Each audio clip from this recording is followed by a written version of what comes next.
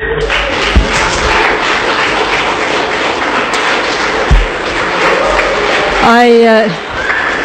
now call on Nandor Tenshos to make a valedictory statement. Nandor. Thank you, Madam Speaker. I give thanks and praise unto the Most High Jah Rastafari.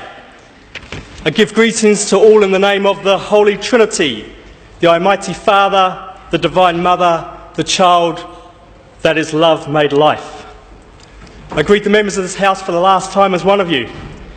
I greet those in the gallery, and I thank you for honouring me by your presence, and especially my beloved Ngahuia Murphy. And my greetings to my anu and my apu, my friends, family, allies and supporters watching from Africa, from Europe, from Asia, from the Americas, from Australia. Jagai to you all. Madam Speaker, I was elected to this Parliament in 1999 and my life changed. I knew it would. Unlike most members of the public, I had a pretty good idea what being an MP was like. It was one of the reasons I hesitated to stand. It's life, Jim, but not as we know it. It's an intense 24/7 job. We digest enormous amounts of information, sometimes boring, and then we have to make decisions that affect real people. It means being constantly available to the media, to the public and to the party. It means scrutiny of every detail of our lives, particularly for a dreadlocked Rastafarian. I stood, I guess, to demonstrate that you don't have to be of this world to be effective in it. Be true to oneself, whoever one may be, and take your seat as an equal, whether it's here in the House of Representatives or in the dust of the streets. So when a kid grabbed my arm on the dance floor and said, "Hey bro, what's up in Parliament?" I considered it an honour, because my purpose here has been to represent those who have had no voice here, those held in contempt by too many of us. I came to Parliament thinking you're all a bunch of bastards, and I was wrong. There are many good people here. The very notion that all politicians are dishonest is misconceived, because if we think that politicians are all venal, then we expect nothing from them but venality. We should raise our expectations. We should expect more from question time than a bun fight. I've avoided question time for years if I don't have to be here because I've got a sup. Because question time is the time I'm most ashamed of being a Member of Parliament. Question time and general debate, and you all know what I'm talking about. We should grow up. This is our national legislature. We should treat it and the positions we hold here with more respect. But I don't just blame MPs. The buzzards who sit watching us from up there, waiting for the next political corpse to pick over, are also to blame. Because they'll always report a fight, which is why the pugnacious Mr. Peters always gets a headline. But stand to talk about anything real, and most of them flap their wings and fly away. Most of them. And I thank you for being here too. Maybe corporate media ownership is to blame for the lack of analysis prevalent in the New Zealand media. Or maybe it's just contempt for the audience. One thing I'm proud of is the independent prison ombudsman. Most people don't care much what happens to people in prison, to the point that 4 police were yesterday acquitted after repeatedly battening and pepper spraying a man in police cells. What's next? Are they going to get away with murder? Oh, I forgot, they already did in Waitara. But I care, because I know that any of us here could have been there, but for the grace of God. The media will report a death in custody, but not an institution that will prevent them. The day of the announcement was the day that Trevor Mallard demonstrated his pugilistic skills with Tau Henry out in the lobby over there. No prizes for guessing what got covered and what did not. So to the media gallery, my love to you all. But I would ask that you scrutinise yourselves at night as fiercely as you scrutinise us during the day. Some people say that Guy Fawkes was the only politician to enter Parliament with honest intentions. I don't think that's true. Many, perhaps most MPs enter with honest intentions, but we are compromised by this institution. How many times have Green MPs spoken in this House to have other MPs sidle over and tell us quietly, we agree with you? But they are silenced by their hopes for advancement, for promotion, or sometimes just to stay where they are. My mum used to say you have to get into the system to change it.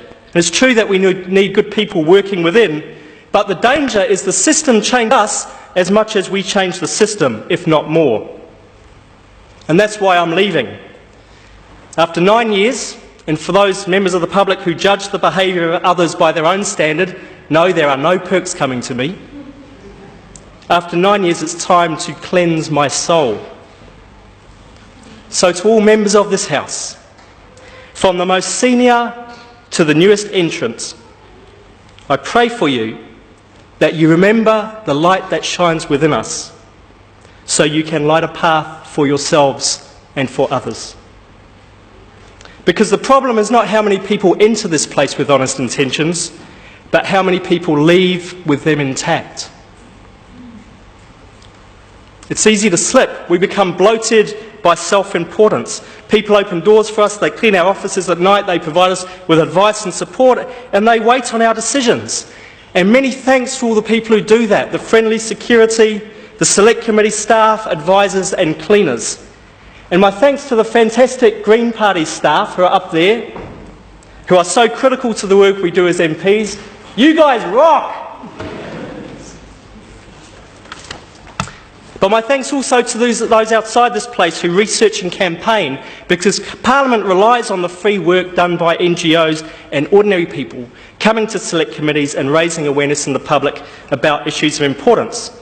So take climate change. It was years of campaigning and advocacy and accumulating evidence outside of Parliament before any party except the Greens took this seriously enough to take a position, if not take serious action. Unfortunately, despite evidence that urgent and drastic mitigation is needed right now to avoid catastrophic climate change, this country still has a lackadaisical mitigation strategy. There's growing concern that oil production is reaching its peak at the same time as demand is increasing, both from increased consumption in the West and economic expansion in Asia, and the government's strategy is to build more roads. Now, I'm not sure if that's the climate change strategy or the peak oil strategy. Perhaps it's both. And don't laugh, National, because I haven't seen your policy yet.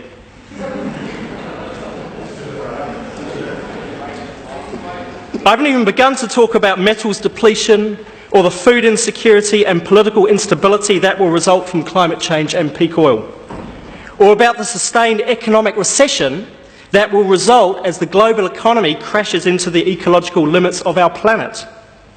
And if you think that the life we're living in privileged countries like Aotearoa, New Zealand, is sustainable in any way, you are seriously deluded. In my view, industrial civilization is coming to an end. I believe we are in the last days of the oil age. We need a transition strategy away from a growth economy to a steady state economy. But it will not come from government, because governments are almost universally compromised by the corporate agenda of globalised trade, globalised capital transfers and globalised investment. And it doesn't matter whether it's the left hand or the right hand, it's the same brain that controls. Where it will come from, where it's already coming from, is ordinary people working in their communities.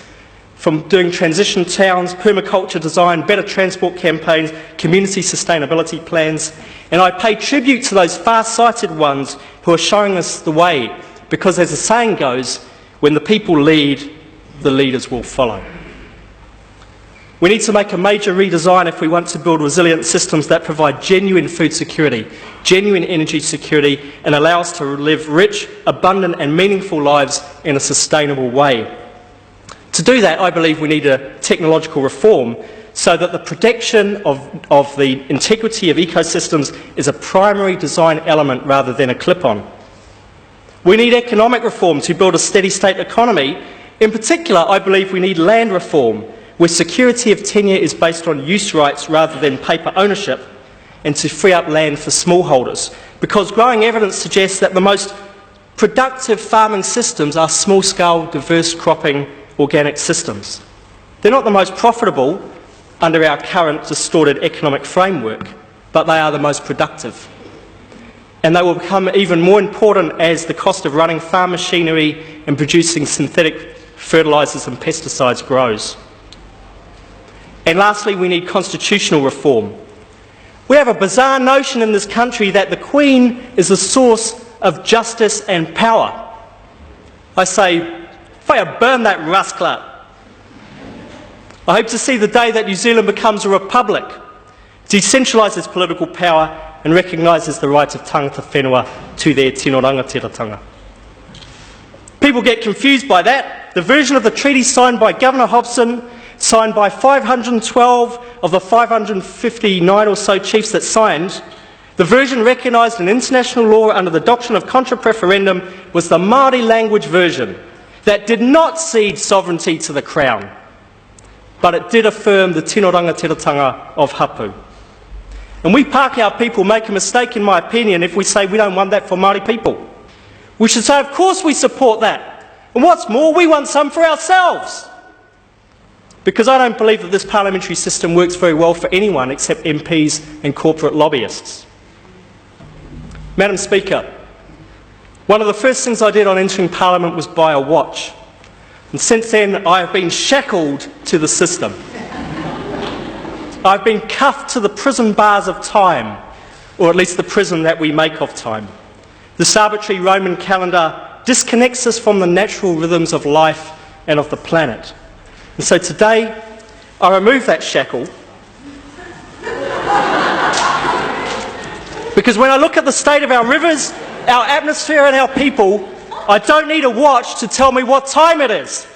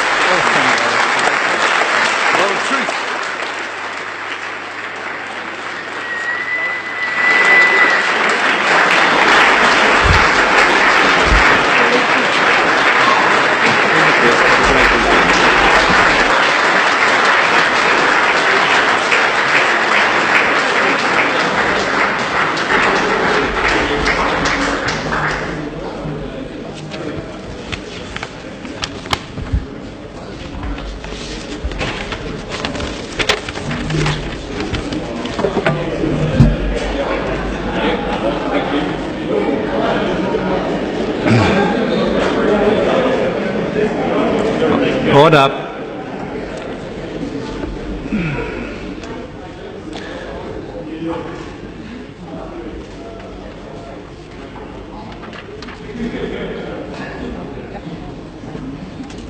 Number 3.